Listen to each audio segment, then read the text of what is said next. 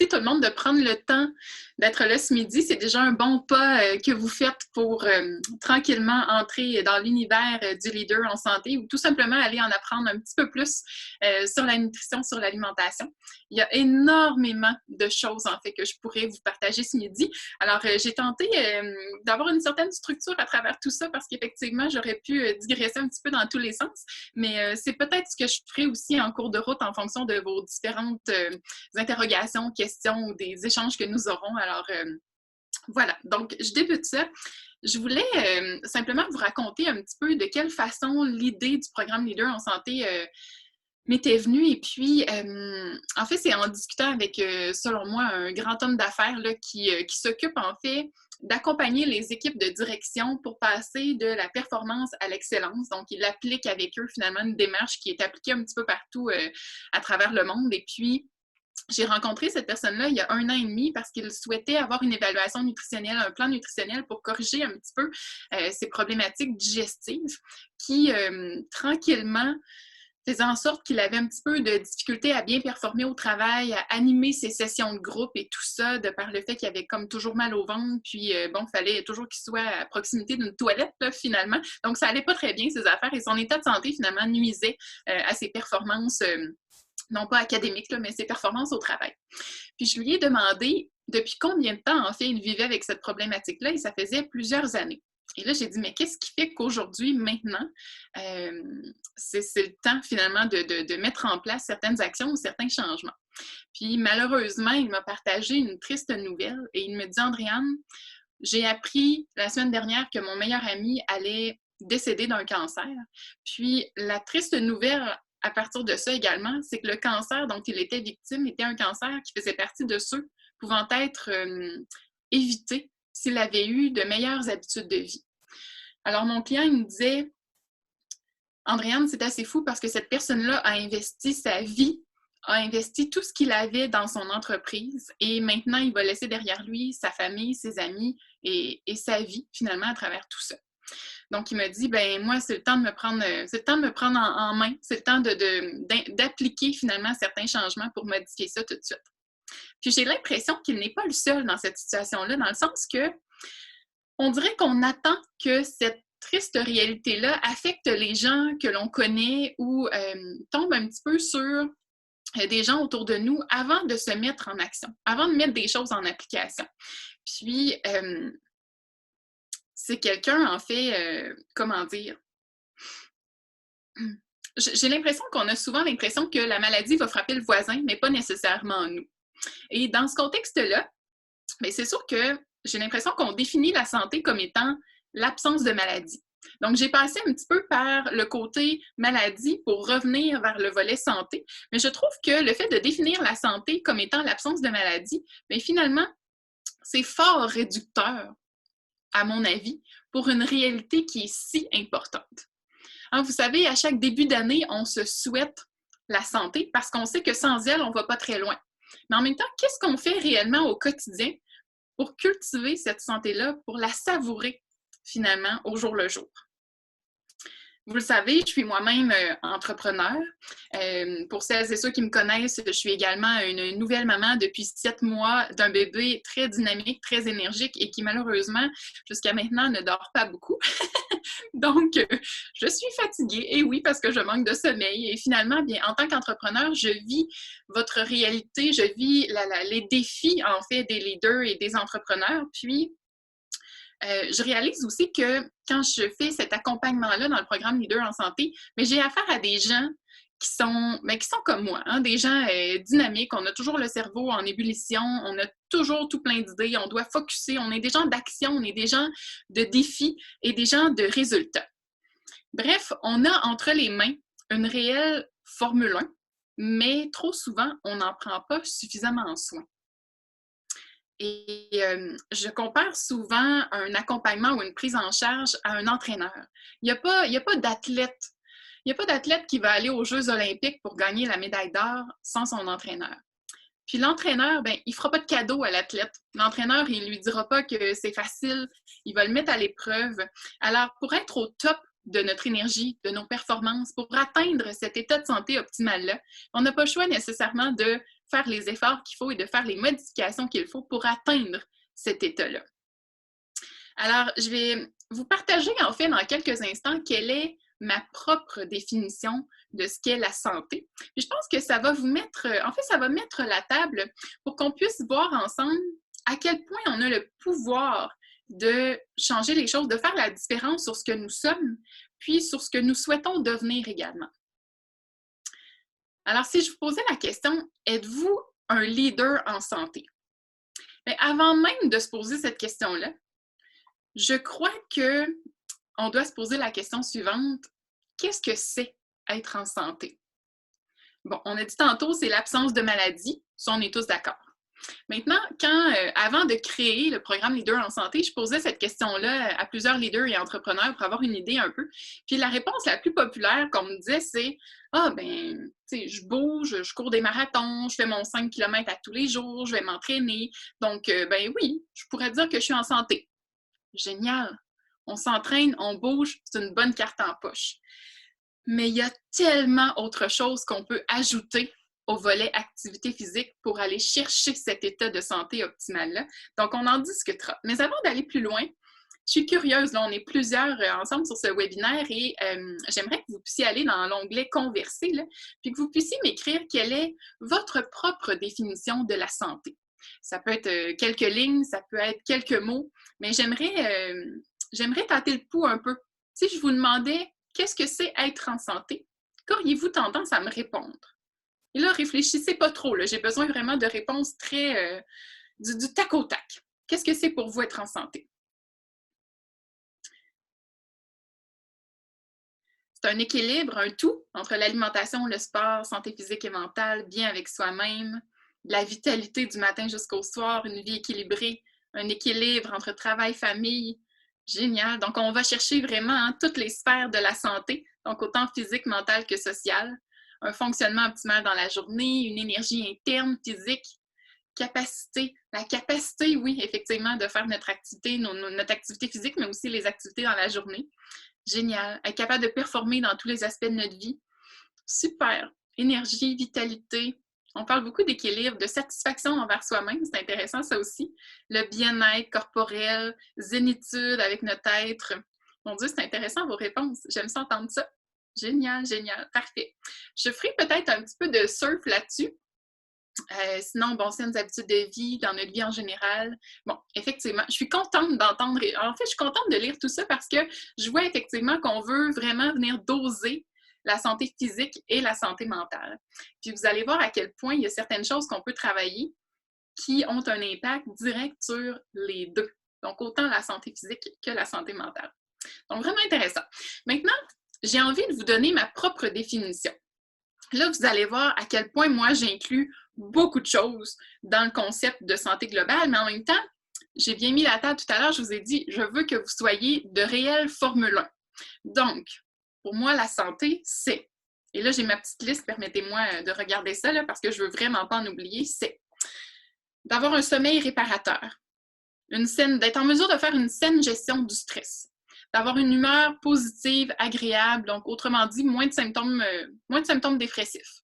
Une énergie qui est constante, une énergie qui est élevée, pardonnez-moi, et qui est constante. C'est-à-dire, on a assez d'énergie dans notre journée pour faire notre journée de travail, pour s'entraîner, pour cuisiner, mais aussi pour être mentalement présent pour la famille. Une concentration optimale, un système immunitaire qui est fortifié. Autrement dit, on n'a pas 4 à 5 rhumes dans l'année. Consommer un maximum de boissons alcoolisées fait partie aussi du grand concept de la santé. Être habité, pour celles et ceux qui connaissent le principe, vous allez vous retrouver, mais sinon on en parlera plus amplement prochainement. Être habité par les bonnes familles de bactéries. Autrement dit, encore une fois, avoir un bon microbiote intestinal optimal pour que ces bactéries-là produisent les bonnes molécules. Être structuré, organisé, être en mesure de faire les bons choix nutritionnels en fonction de nos besoins. Bouger, mais pas bouger n'importe comment. Bouger adéquatement. Savoir s'oxygéner au quotidien. Savoir respirer. Là, je fais un clin d'œil à Jean-Christophe, justement, qui a fait une superbe capsule sur la respiration que j'ai vu passer sur LinkedIn aujourd'hui. Vraiment génial. Ensuite, ma définition de la santé ne s'arrête pas ici. Non, non, non. aucune limite physique et mentale pour être en mesure d'effectuer nos tâches quotidiennes ou pour être en mesure plutôt d'effectuer les tâches, les activités désirées. Et finalement, être productif et performant dans nos tâches quotidiennes. Entre vous et moi, là, si vous pouvez dire oui à tout ça, félicitations. C'est signe que selon ma propre définition de la santé, vous l'êtes. Maintenant, si vous avez l'impression qu'il y a quelques éléments que j'ai mentionnés qui battent de l'aile, ben, c'est une très bonne nouvelle parce que vous avez le pouvoir d'améliorer les choses en travaillant sur certaines de vos habitudes de vie. Ce qui est très, très important, c'est pas nécessairement là où on part, mais il faut surtout savoir là où on veut aller.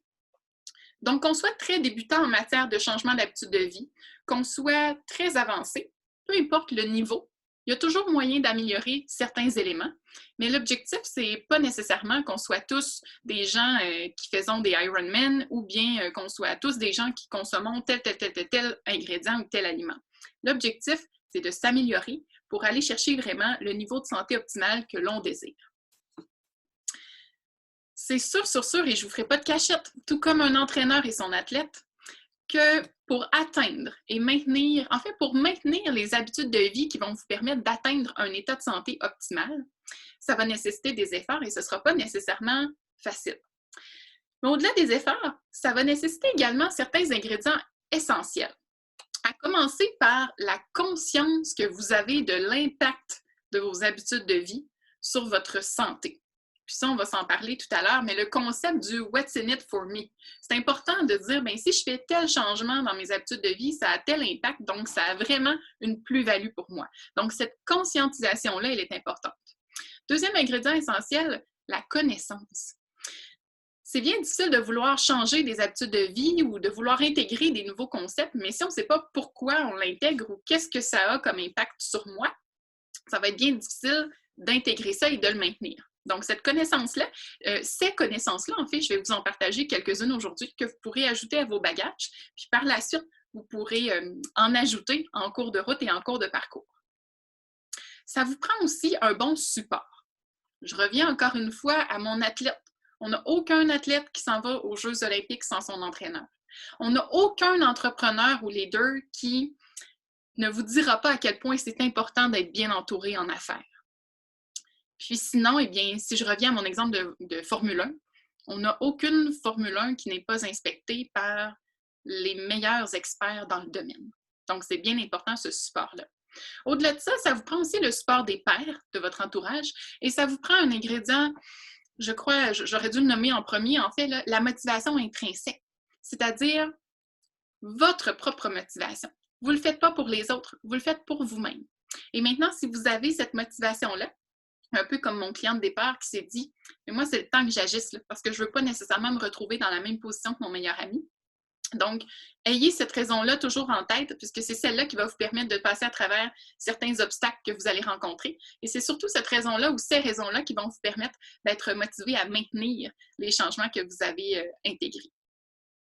On ne se le cachera pas, parmi les ingrédients essentiels aussi, ça nécessite une structure, une organisation et dernièrement, un engagement clair envers vous-même.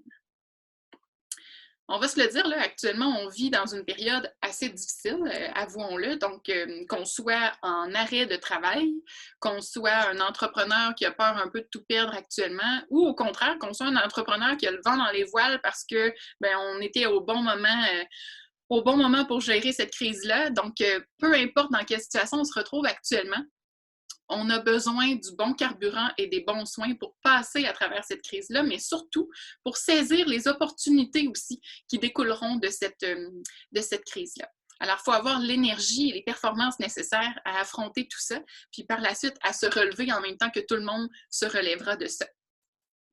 Alors, si je reviens un petit peu plus à la base, j'ai envie qu'on jase un petit peu plus alimentation, nutrition, évidemment. Je dis depuis longtemps la phrase suivante, « Nous sommes faits de ce que l'on mange et de ce que l'on absorbe. » Que vous conduisiez une vieille bécane ou que vous soyez au volant d'une Formule 1, Ce que je désire, moi, c'est que vous réalisiez que vous êtes au volant d'une Formule 1. Mais peu importe le type de voiture, ce qui est important, c'est d'y mettre le bon carburant. Parce que sans carburant, la voiture n'ira pas très, très loin. Alors, quand on parle de nutrition, on entre vraiment dans un monde extraordinaire, surtout quand on connaît tout son potentiel d'action. Actuellement, je vous dirais qu'en nutrition, il existe deux grandes tendances. On a l'alimentation plus intuitive, puis on a la nutrition personnalisée. Chacune a vraiment ses points positifs. On peut faire un mélange des deux. On peut aller vers l'une ou vers l'autre en fonction de comment on se sent bien dans cette démarche-là. Vous serez pas surpris d'apprendre que de mon côté, j'enseigne davantage la nutrition personnalisée parce que je crois qu'à la base, on est tous des individus uniques avec des besoins uniques et que notre entraînement, notre activité physique, notre nutrition, nos habitudes de vie doivent être personnalisées à qui nous sommes. Bien important. Donc, en ce sens, quand on parle de saine alimentation, encore une fois, je vais faire appel à vous. Alors, vous pourrez aller dans l'onglet le petit chat là, pour converser. J'aimerais vous demander quelle est votre propre définition, encore une fois, de ce qu'est la saine alimentation. Alors, quelques concepts de base peut-être. Je vous laisse aller. Je suis curieuse de vous lire. Qu'est-ce que pour vous la saine alimentation? Est-ce que les gens se risquent? Ce qui donne de l'énergie, une nourriture vivante, des produits frais, non transformés, donc on revient aux aliments bruts, manger des aliments primaires le moins transformés possible. Mon Dieu, il y a beaucoup, ces éléments-là reviennent, c'est très bien. Pas de produits transformés, variés, colorés, des aliments de base, une alimentation responsable, des protéines, manger selon notre faim, plus de légumes, des aliments frais, non transformés, manger local, surtout à ce temps-ci, hein? Pas d'aliments transformés, colorés, faire le plein de fruits et légumes, protéines, poissons, excellent. Une alimentation équilibrée, complémentaire. Le bon carburant pour l'état actuel, effectivement.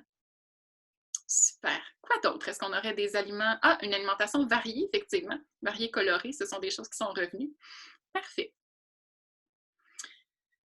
C'est drôle parce que je prends le temps de vous lire comme ça, puis peu importe, là, quand je donne des conférences en entreprise également, ce qui revient souvent, ce sont une alimentation qui se fait dans le plaisir, oui, ça c'est important, hein, qui répond aussi au côté social.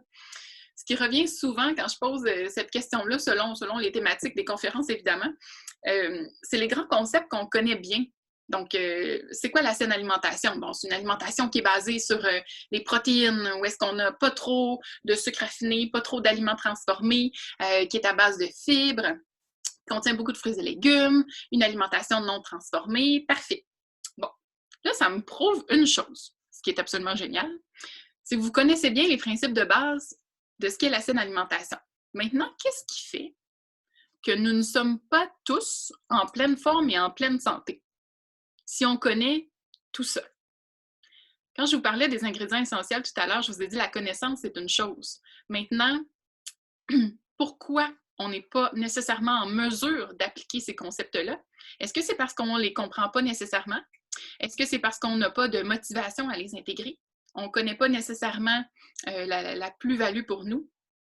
Certaines personnes écrivent « c'est à cause du stress, on a tendance à manger nos émotions. » Donc oui, on n'est pas à l'écoute de soi, effectivement. Donc tout ça, ce sont de très bonnes réponses.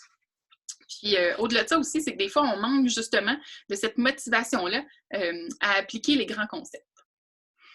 Moi, je me dis en quelque sorte, là, pourquoi manger... Quand on se pose la question, là, à quoi ça sert, dans le fond, de manger une demi-assiette de légumes?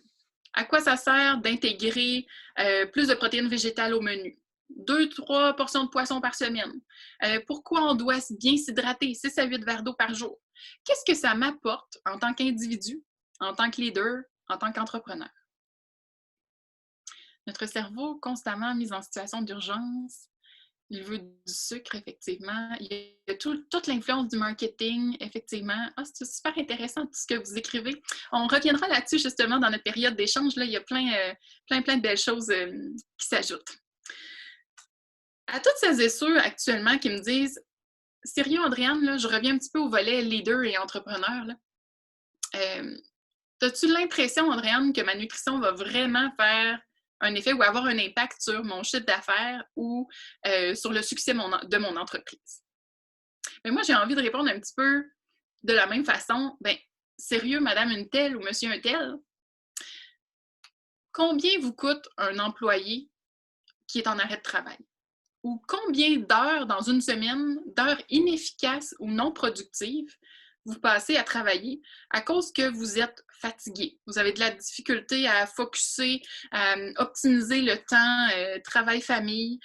Mon Dieu, vous manquez de concentration, vous manquez d'énergie. Toutes ces heures non productives-là pourraient le devenir si justement on intégrait de meilleures habitudes de vie. On travaillerait moins, plus efficacement, définitivement. Alors, l'alimentation, les saines habitudes de vie ont autant, sinon plus d'importance que les meilleures techniques de gestion, de leadership ou de comptabilité. Donc, ça fait partie des étapes du succès.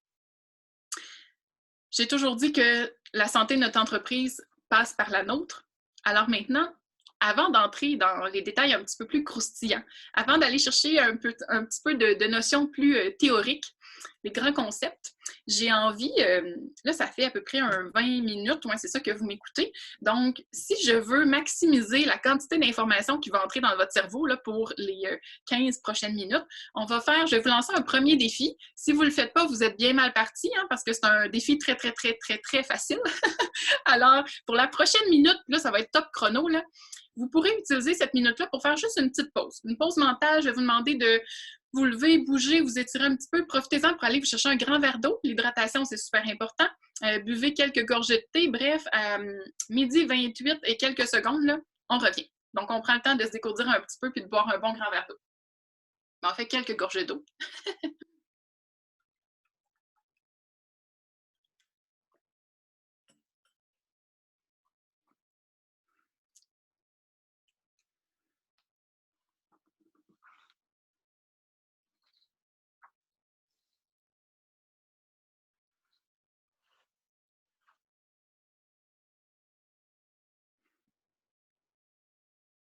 Il y a des minutes qui passent très rapidement. Il y a d'autres minutes qui sont très lentes dans la vie. J'ai hâte de voir comment vous allez considérer celle-ci. Pour aller chercher un verre d'eau, c'est peut-être une minute qui va être assez rapide.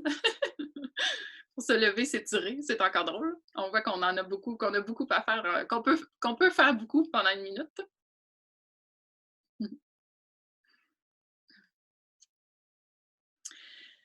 Excellent. Alors, on est de retour.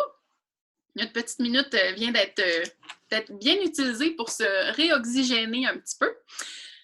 Alors, l'oxygénation, hein, l'hydratation, c'est bien important pour maintenir nos cellules bien vivantes et faire en sorte qu'on fait de la place là, finalement pour intégrer de la nouvelle matière. Donc, ce qu'il y a de beau avec la nutrition, c'est qu'on peut en parler pendant des heures et des heures et on pourrait encore en parler pendant des heures et des heures. Donc là, mon objectif va être de focusser parce que je me dis, bon, normalement, les gens retiennent à peu près un 5% de ce qu'ils écoutent. Alors, pour m'assurer que ce 5%-là soit le bon, on va essayer vraiment de focusser, comme je vous le mentionnais, et j'aimerais vous proposer ce concept-ci. J'aimerais qu'on regarde ensemble quelques éléments clés, quelques grands concepts, en fait, reliés aux habitudes de vie, aux habitudes alimentaires, puis je vais vous les expliquer à la manière d'un « What's in it for me », c'est-à-dire qu'est-ce que je peux en retirer comme leader, comme entrepreneur, comme individu.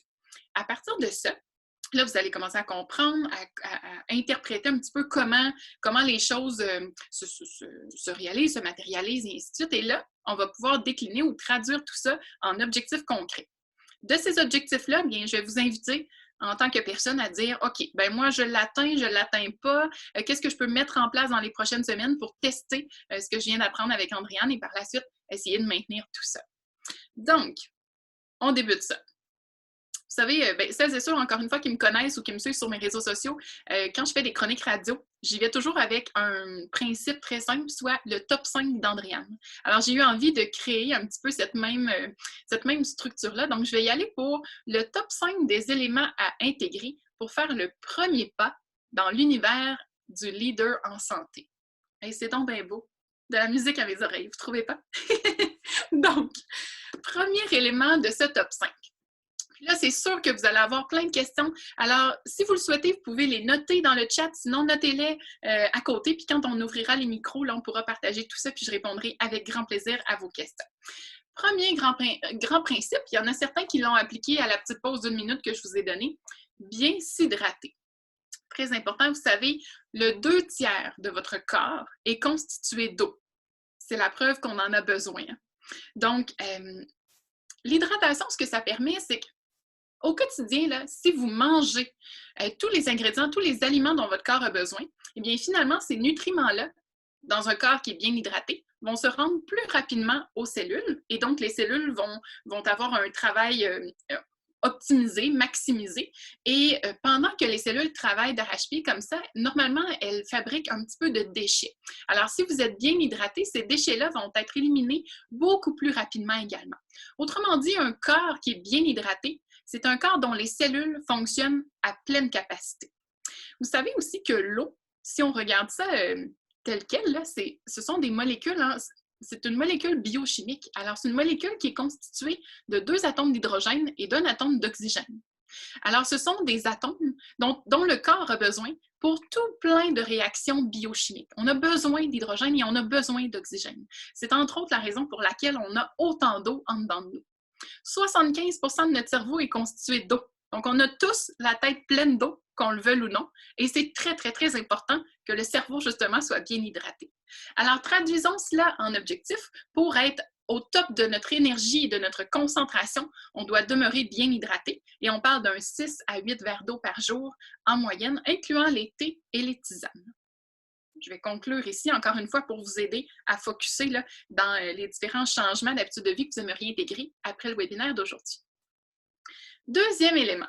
Là, vous m'avez mentionné plein de belles choses que j'ai adorées dans le chat, dans la conversation, soit diminuer les aliments transformés.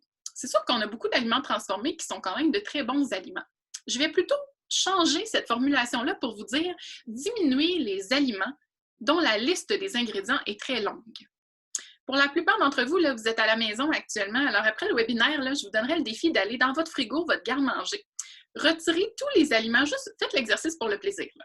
Retirez tous les aliments qui contiennent 5 ingrédients et plus, puis vous laissez dans le frigo et dans l'armoire les aliments qui ont 5 ingrédients et moins. Vous allez voir qu'il ne restera pas grand-chose. Donc, on a beaucoup de travail à faire de ce côté-là. On n'a pas besoin pour vivre de glucose fructose, de sirop de maïs riche en fructose, d'huile de palme hydrogénée ou de colorants synthétiques. Loin de là. Parce qu'en fait, au contraire, ce sont des molécules qui viennent nuire à notre santé globale et au fonctionnement de nos cellules. Je vais juste prendre un exemple, parce que je vous ai dit, mon objectif, c'est que vous compreniez tout ça, que vous alliez chercher le What's in it for me. Donc, un excès de glucose fructose ou de sirop de maïs riche en fructose va créer au cerveau, finalement, va agir au cerveau comme des drogues. Donc, ça va créer un petit peu un effet de dépendance. On a une sécrétion plus accrue de dopamine quand on consomme ces sucres-là, ce qui fait que notre corps en demande de plus en plus. Or, quelqu'un qui consomme de plus en plus de sucre, souvent se met à risque au niveau de son tour de taille. Donc, le tour de taille a tendance à augmenter graduellement. Et qui dit augmentation du tour de taille dit conséquemment qu'on est plus à risque de souffrir de certaines maladies chroniques, maladies cardiovasculaires, diabète de type 2, cancer, etc. Donc, tout ça s'installe graduellement, bien évidemment, mais tout cela part de notre liste d'ingrédients qui contient potentiellement du glucose fructose et du sirop de maïs riche en fructose. Alors là, vous allez me dire, ben oui, mais Andréane, ce que tu expliques là comme cascade, c'est si on est en excès de ça. Eh bien, malheureusement, c'est facile de tomber dans l'excès sur un point, c'est que maintenant, dans les aliments transformés, on en retrouve presque partout de ces sucres-là. Donc, l'industrie a intégré ces molécules de sucre-là plutôt que de sucrer, par exemple, au sirop d'érable ou à d'autres types d'agents sucrants. Donc, c'est là où le bas blesse. Sinon, eh bien, on parlait d'huile hydrogénée, d'huile de palme, donc encore une fois, des gras qu'on ne veut pas nécessairement intégrer puisqu'ils ont un potentiel inflammatoire. Et l'inflammation en tant que telle est une composante très importante dans le développement de l'obésité, des maladies cardiovasculaires, du diabète de type 2, voire même de la dépression. Alors, on veut se tenir loin de ces ingrédients-là. Alors, si je traduis tout ça, encore une fois, en objectif très concret, on fait la lecture de la liste des ingrédients. Et si celle-ci dépasse, est trop longue ou dépasse peut-être le 5 à 7 ingrédients, on remet ça sur la tablette et on essaie de se choisir un produit substitut. Voilà un deuxième grand concept clé. Troisième grand concept, on dit souvent, et selon le nouveau guide alimentaire canadien, de manger une demi-assiette de légumes au repas. Les légumes, ce sont, je dirais, les aliments qui sont les plus chanceux dans tout le règne alimentaire, puisqu'ils ont tout pour eux. Des fibres, des vitamines, des minéraux, des antioxydants, vraiment une gang de chanceux. Et bon, par où commencer? Si vous me dites pourquoi c'est important de manger une demi-assiette de légumes au repas, encore une fois, je vais focuser sur un seul élément, le magnésium. Vous savez, actuellement, ce qui vous permet de réfléchir, de penser, de prendre des notes, ce qui me permet, moi, de vous parler, de vous partager de l'information, ce sont ce qu'on appelle des neurotransmetteurs. Les neurotransmetteurs voyagent à une vitesse folle dans notre cerveau et dans les différentes parties de notre corps pour fabriquer de l'information et apporter cette information-là au bon endroit. Maintenant, ces fameux neurotransmetteurs-là, on doit les fabriquer. Et pour les fabriquer, ça nécessite plusieurs ingrédients, dont le magnésium. Et sachez une chose, les neurotransmetteurs qui sont impliqués dans la gestion du stress, dans la gestion de l'humeur, dans le sommeil, ce sont des neurotransmetteurs qui, dans leur cascade de synthèse, intègrent le magnésium. Il me semble que c'est un argument de taille pour intégrer un petit peu plus de légumes dans vos prochains repas. Je m'arrête ici parce que la liste pourrait être longue, mais ce sera déjà un bon argument en poche et on pourra poursuivre pour celles et ceux qui ont de l'intérêt dans des prochains webinaires et ou conférences. Quatrième élément, les fibres. Il y a quelques années de cela, quand on parlait de fibres, on pensait à digestion, constipation, all brand, pruneau. Il me semble que ça fait brun puis ça fait plate longtemps. Donc, maintenant, quand on parle des fibres, ça va bien au-delà de ça. Les fibres, on sait que c'est la nourriture par excellence des bonnes bactéries qui se retrouvent dans votre tube digestif, dans le fameux microbiote dont je vous parlais tout à l'heure. Et plus on nourrit les bonnes bactéries, plus celles-ci vont synthétiser des molécules qui ont un impact à la fois sur notre santé physique et sur notre santé mentale. Vous avez été plusieurs tout à l'heure à m'écrire, ce qui est important en fait dans la définition de la santé, c'est d'être en équilibre, en harmonie avec autant notre physique que notre mental. Eh bien, je vous annonce une chose, le microbiote, vos bactéries à l'intérieur de votre tube digestif ont la même volonté, c'est-à-dire vous aider autant sur votre santé physique que votre santé mentale. Ce qu'elles demandent en retour, c'est que vous puissiez bien les nourrir. Et la nourriture par excellence de ces bactéries-là sont nul autre que les fibres. Alors, traduisons cela en objectifs concrets. Les fibres appartiennent au règne végétal, alors on consomme tout simplement plus de végétaux, ne serait-ce que dans les fruits et légumes, dans les noix et graines, dans les protéines végétales. Alors voilà. Donc, encore une fois, je pourrais juste pour ce bloc-là vous en parler pendant plus d'une heure, mais on va y aller avec des objectifs plus concrets et plus courts de cette façon-là. Maintenant, cinquième élément de mon top 5, maximisez vos énergies. C'est de ça dont on a besoin actuellement. On a besoin d'être au top de nos performances, de notre concentration, on a besoin d'énergie. Alors, si vos repas sont trop copieux, trop riches en gras ou trop riches en sucre simple, c'est-à-dire des sucres qui sont absorbés instantanément, votre énergie va tout simplement faire des montagnes russes dans la journée. Alors que ce qu'on souhaite, c'est une énergie qui est stable et qui est constante pour vraiment, du matin au soir, être alerte et performant dans toutes nos activités, qu'on n'ait aucune limitation de ce côté-là. Alors, pour avoir une énergie qui est constante comme ça, eh bien, vous devez aller chercher une énergie qui est constante également. Donc, je reviens à ma voiture. De passer de 30 km/h à 50, à 65, à 20 et ainsi de suite, ça nécessite beaucoup d'énergie de la part du corps. Si votre réservoir contient 50 litres puis que vous essayez d'y mettre 70 litres, ça ne fonctionnera pas. Alors, le corps, c'est la même chose. Si vous lui donnez beaucoup trop d'énergie, votre corps va être occupé à gérer ce surplus d'énergie-là plutôt que d'être occupé à vaquer aux autres occupations et utiliser cette énergie-là finalement pour vos performances cognitives et votre concentration. Alors, dosons, donnons la bonne quantité d'énergie à nos cellules, très important. Donc, mangeons en fonction de notre faim et de notre satiété. Et la fameuse satiété, c'est-à-dire le moment où on doit arrêter de manger, c'est pas toujours évident de l'atteindre. Il faut savoir bien mastiquer, savourer et surtout prendre le temps de manger. Alors, encore une fois, je traduis ce grand concept-là en objectif relativement simple, je mets des guillemets, soit prendre le temps de manger, bien mastiquer et surtout s'assurer d'assurer de doser en fait notre énergie tout au long de la journée en séparant nos repas et nos prises alimentaires tout au long de la journée.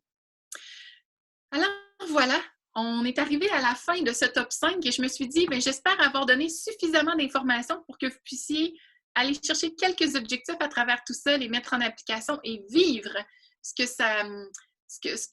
l'implantation de ça aura sur votre quotidien. Et surtout, je me suis dit, avec toute cette info-là, avec ce top 5-là, ce sera suffisant également pour peut-être allumer certaines lumières et vous donner la parole pour que vous puissiez me poser toutes vos questions en lien avec ces différentes thématiques-là.